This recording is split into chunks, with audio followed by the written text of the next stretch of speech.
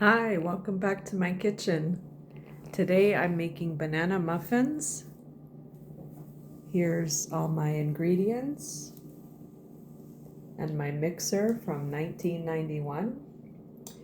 And the recipe is courtesy of Welcome Back to Mary Louisa's Kitchen on YouTube.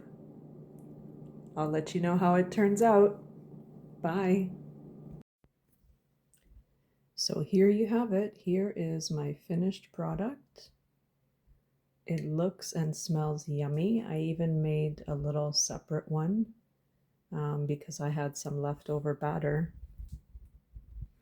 So thank you, Mary Louisa, for the recipe. It looks fantastic.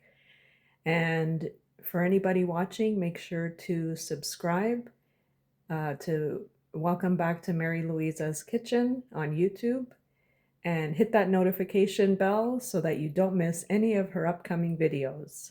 Bye. Ciao.